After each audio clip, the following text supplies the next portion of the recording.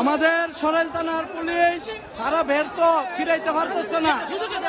অনেক বড় সমস্যা হইতেছে, অনেক, যেটার শেষ নাই, এরকম ঝামেলা হইতেছে ভাই। প্রশাসন ব্যর্থ, সেনাবাহিনী লাগবো। আজকে 2 দিন যাবত যোগ হইতেছে, সেনাবাহিনী এখনো আসে নাই। আমাদের সরাইল থানার প্রশাসন তারা নিয়ন্ত্রণে আনতে পারতেছে না। আরে ভাই বুয়া বললেন না, সরাইল থানার প্রশাসন 2 দিন ধরে ঝগড়াটা নিয়ন্ত্রণ করতে পারতেছে না। আমাদের দরকার সেনাবাহিনী, সেনাবাহিনী লাগবে এই মুহূর্তে আমাদের সরাইল।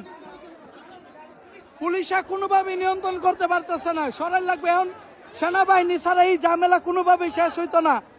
পুলিশরা কালীগছের পার্টি একবারে সাইড দেয়, পুলিশে অর্ধেক খায় আবার ফিরা জায়গা।